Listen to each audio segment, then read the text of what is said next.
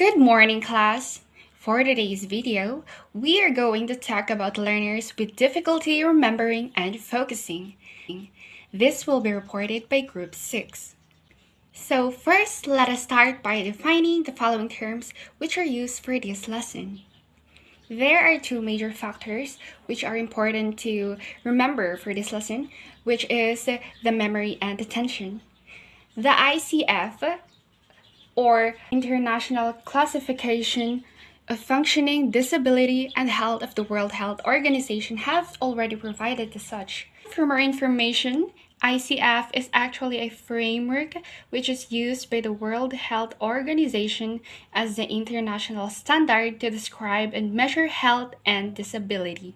According to them, memory function is a short-term memory, a long-term memory, and retrieval of information over time. And for attention focus, it is sustaining, shifting, dividing, and sharing attention for a required time period. So basically, this lesson is mostly about mental functions, as this deals with the functions of the brain. In 2011, Centric have provided a broader, more detailed, and more in-depth explanation for the memory function and attention functions. He stated that memory functions involves encoding, storage, and retrieval of information over time. And for the short term in memory, he said that these are the memory which are only temporary, which just last for 30 seconds. And if we lost strategies to integrate them into a longer term memory, then it will be lost after 30 seconds. For example, we have the plate numbers. We just saw them for a few minutes or a quick seconds. Syempre, short term nga. So it'll only last for 30 seconds. If we do not manage to take a pen and paper and write it down, then probably we won't really remember every number. For long-term memories, these are the memories which are stored and can be remembered for a long period of time. Mostly these are the experiences or events that holds a significant value in your life. For example, your birthdays, holidays, those. Next, we have retrieval. These are the recalling of information. These are the mental resources which are used to recall information stored in the long-term memory. Next, we have the attention functions. He stated that these involves focusing on mental resources on a stimulus for a required time period. And he has also given three factors. The first one is the sustained attention. This is vigilance or staying completely focused. For example, staying focused while on reading articles for an assignment that you are really so into it that you also won't even notice how time passes by since you are really so into it. You are absorbed in reading those articles. That's sustained when you're only focused on one thing. Next, we have selective attention. Focus is when you are focusing on a specific stimulus and ignoring the others. For example, you are aware of the other things that are going on around you, but you choose to focus on the thing that you are doing. For example, you're aware of the karaoke, the video okay that is playing in the background, but you just focus on your attention to reading those articles. You choose to read the articles rather than allow those disturbances in the background disturb you. Next, we have the dividing attention, and this is also called multitasking. For example, when reading while bobbing your head and singing along with the music, but I doubt that will make the reading effective. But that is an example of dividing attention or multitasking. So those are the functions which are defined by Centrock in 2011. Next, we have here learning disability. So what exactly is LD? LD, or learning disability. In 1962, Sam Kirk introduced the term learning disability, which he defined as a variety of neurologically based disorders that affected a person's ability to take in, understand, remember, or express information. Gargulio provided common components on the definition of LD also, which these can be found in the modules given. In 1990, the National Joint Commission on Learning Disabilities have provided a more specific definition. According to them, it is a general term that refers to a heterogeneous group of disorders manifested by significant difficulties in the acquisition and use of listening, speaking, reading, writing, reasoning, or mathematical abilities. These disorders are intrinsic to the individual, presumed to be due to central nervous system dysfunctions. As I have said earlier, these are mental functions and may occur across the lifespan. So basically, LD is an umbrella term for that refers to the following specific learning disorders which can be found in children, most commonly in children. Contrary to the LD, which is a general term, specific learning disability are the disabilities in a specific area. So SLD is disorder in one or more of the basic psychological processes involved in understanding or in using language, spoken or written, that may infest itself in the imperfect ability to listen, think, speak, read, write, spell, or do mathematical calculations. There are different types of specific learning disabilities for each type of difficulty, namely dyslexia. This is characterized by difficulties with accurate or fluent word recognition, poor spelling, and poor word reading abilities. Next, we have dyscalculia. This is the difficulties with arithmetic skills. It may also be the difficulty in retrieval of math facts and understanding numbers, concepts, or using symbols and functions. Next, we have dysgraphia. This is a learning disability with the handwriting and written expressions, also with the having difficulties in expressive writing, which will result in problems in organizing and putting thoughts on paper. Next, we have the attention deficit hyperactivity disorder, or most commonly known as ADHD. It is a neurodevelopmental disorder characterized by excessive amounts of inattention, carelessness, and hyperactivity, and also impulsivity. It is a disorder that affects how you pay attention, sit still, and control behavior. These can be seen mostly in kids, but it can also continue up to adulthood. So these are the behavioral manifestations of ADHD. We have inattention, or not being able to keep focus. When, the kid can stay still, when you're trying to get them read, they keep playing around and being easily distracted, like that. We have hyperactivity, excessive movements that is not fitting to the setting. Impulsivity, which are the hasty acts that occur in the moment without thought. In hyperactivity and impulsivity, we can see children that are impulsive with their words and actions. They often run around or climb in situations where sitting is required. They're often restless and fidgety. Also, these are the kids that have difficulty to wait for one's turn, and they just be talkative and interrupts in conversations, and they also just blurt out responses. Now, let's talk about the identifications of learners with difficulty remembering and focusing. In terms of identifying students experiencing trouble focusing, parents and teachers are the first ones that must see the changes and the odd behavior, such at the school, teachers are the one whom are always with their students, while at home, parents must be an observer as well. Isn't it that if we notice something different, we are observing if it is frequently done? And after it, we think of ways to avoid it, such consulting to a doctor. Now we are going to tackle some contributory that affects the learner's remembering and focusing. First is the LD, or the learning disability. According to Gargallo, LD is something difficult to figure out because it has no clear description or level. Children with LD display average to above average but perform below their grade placement in achievement tests.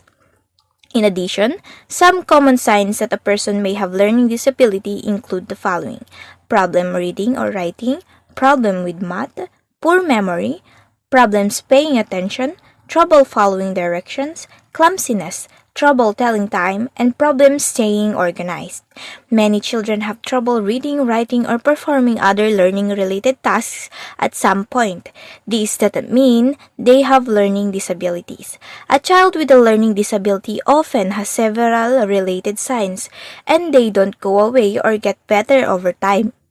The signs of learning disabilities vary from person to person. Therefore, conducting observations, interviews, and error analysis will also provide information needed to determine ways to help a child who may be at risk and have signs of learning disability. Second is the ADHD, or Attention Deficit Hyperactivity Disorder, one of the most common neurodevelopmental disorders of childhood. Common noticeable characteristics of ADHD include inattentiveness, disruptive behavior, restlessness, irritability, aggressive and impulsive behavior.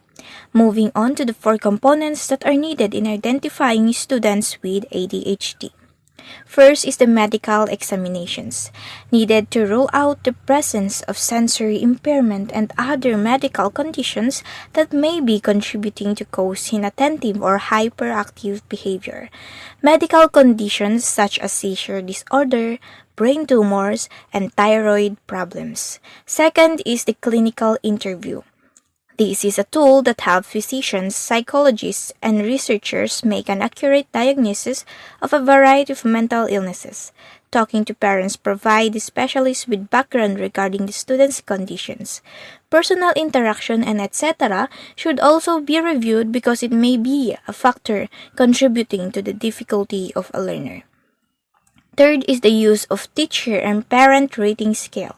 It is an additional tool to provide evidence of the student's inattention or hyperactivity. The fourth one is the behavioral observations. These are observations of parents and teachers. The rating scale measures behaviors such as hyperactivity, aggressive behavior, violent tendencies, compulsive behaviors, perfectionism, difficulty in class, extra trouble with math, difficulty with language, social issues, emotional distress, and separation anxiety. This is according to Johnson 2018. According to Armstrong 2012, to determine possible accommodations and intervention, it is equally important to present their strengths and abilities alongside their challenges, as this can be used to help them create a positive niche for students. Also, according to Kurik et al. 2005, students with LD are known to have challenges in language, literacy, and memory, as well in math, writing, and focusing attending skills. Number 1 is language development. They are usually show delays in learning to talk, have difficulty naming objects and recovering words from memory, and have limited vocabulary when compared to typical developing peers. Students with learning disability frequently fail to organize their thoughts and are unavailable to articulate their views using precise words. They are better at oral communication than they are at reading and writing. They are better at expressing themselves verbally and can speak fluently at times, but they struggle to put their ideas into words. Number 2 is reading skills. Dyslexia students have delays and issues with the phonological processing, word reading, decoding, spelling, and fluent oral reading. Phonological awareness is divided into 2: phoneme or sound, graphemes or the letters that represent sounds. Dyslexia have poor phonological awareness that lack the ability of reading, fluent, and accuracy of the student that causes of low access of high-order language processing and low gaining text context. As you can see here in table 6.10, sample reading and spelling of a student with dyslexia, Yung original text and yung students oral reading, talagang may mga jumbled words siya, may mga naitagtag na words. Most of us mistake students with learning disabilities for students with low intelligence or intellectual disabilities because they are unable to learn as quickly as a typical student. However, we must keep in mind that learning disabilities are a brain-based disorder that affects people of average or higher intelligence. This means that the students or young people with learning disabilities are just as intelligent as their peers, but they process information in a different way, or their process of learning can take longer, or the messages do not get to their destination in the brain in a manner that allows for quick neural processing. This is frequently seen in written language, where students with learning disabilities have tendencies to reverse letters of words such as dyslexia, have poor spelling, handwriting, and grammar skills, and lack motivation to write. Learning disabilities, on the other hand, are not limited to writing. They can also affect a student's calculation or math skills. They are known to have insufficient and incomplete procedural knowledge of algorithms, which is reflected in how they misuse or substitute arithmetic signs, forget to regroup, misplace digits, do not follow proper digit alignment when solving, or solve from left to right. As a result of their lack of arithmetic skills, students with learning disabilities will struggle with more complex math equations and problems. Furthermore, young people with learning disabilities frequently lack concentration and have problems with short-term and working memory, making it difficult for them to focus on tasks.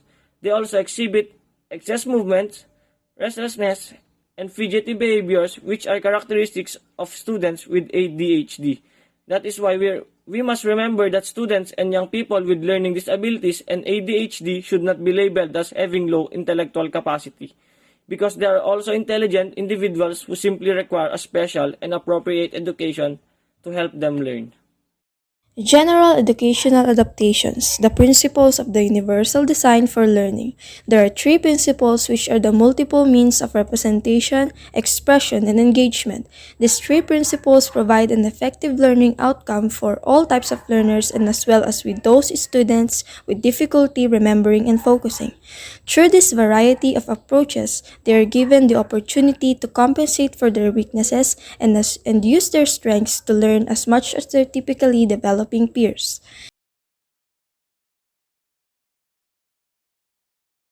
Now let us discuss the three principles and their examples as well. The first principle is the multiple means of engagement. This refers to creating a learning environment in which learners are challenged, excited, and motivated about why they are learning. This principle is the most important since this is the starting point on how learners will participate on the class discussion. We should think on how we will make learning become relevant to students' needs and wants. Remember that when you apply this principle, you are looking to find ways to link material to students' lives, interests, and experiences by giving them choices. Examples are the simulation games, plays, give opportunity for students' choice, and use inquiry-based learning and project-based approach. Now let us proceed with the next principle, which is the multiple means of representation. This refers to the representing information in multiple ways. In this principle, we need to think about on how we present information in ways that reach all learners. Remember that learners differ in ways that they perceive and comprehend information that is presented to them. Examples are the audiobooks alongside with real books, hands-on experiences, use of multisensorial activities in addition to teacher talk, and the use of reading materials that include rich visual representation in the form of photos, graphic organizers, diagrams, and etc. Another option is having a partner reading. And for the last principle, which is the third one, the multiple means of expression. This refers to the offering students diverse ways of expressing what they have learned. In utilizing this principle, we should always think of how we can offer purposeful options for students to show what they know. Remember that some learners may be able to express themselves well in written text but not in speech and vice versa.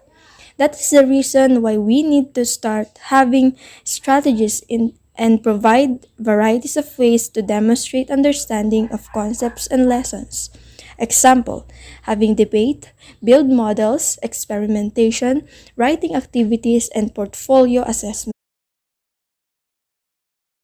In addition to the UDL, the following approaches have been proven to be effective for students with memory and focusing difficulties. The use of explicit instruction for literary skills, comprehension, and writing strategies. Such approach uses a step-by-step instruction that includes modeling, providing guided practice, as well as independent practice while giving immediate corrective feedback so students will understand what and how to improve. Go demonstrated that explicit instruction in phonemic awareness and phonics was essential to develop a firm understanding of the alphabetic principle. For instance, students with dyslexia and struggling readers benefit from the direct, explicit approach in phonological processing, phonics instructions, and spelling rules. In continuation of the report of Marie Tony, one intervention that has been reported to be effective in helping students with ADHD is the use of the daily report card. It is effective as it allows teachers as well as parents to take aim in improving behaviors of the learner. Here is an example of a daily report card. Moving on to our next topic, we have the provision of different types of accommodations in terms of presentation, response, setting, and scheduling. For presentation, we have the use of audio files and audiobooks, books matched with the learner's reading level, digital text with word meanings, maximize the use of organizers, also to provide directions that are spoken or written, or better yet, explain to them step by step what they're going to do. For response, the use of text-to-speech software is that it allows students to focus more on the content rather than on the act of reading, resulting in a better understanding of the material. Next is the use of the word processor with spelling and grammar check. Also, we have to remember that it's okay to waive incorrect spellings as long as the content is accurate. This is applicable for learners with dysgraphia. In order to support learners with dyscalculia, we must provide them math supports like calculators, formulas, graphing papers, the use of concrete materials as well as manipulatives. For learners with difficulty remembering and focusing, the setting of the classroom is an important tool in order for them to focus more on their studies. For scheduling, we have breakdown tasks or work, providing extended time, and having icebreakers. And lastly, for behavior management, we have self-talk skills as well as relaxation techniques and doodling. For self-talk skills, research suggests that people with self-talk skills may have mental skills that allow them to solve problems and think differently. And for doodling, for learners with difficulty in focusing, doodling is a way of passing the time when bored, but it also reduces daydreaming, and fun fact, it also improves hand-eye coordination. That ends our lesson about learners with difficulty remembering and focusing. Thank you and good day.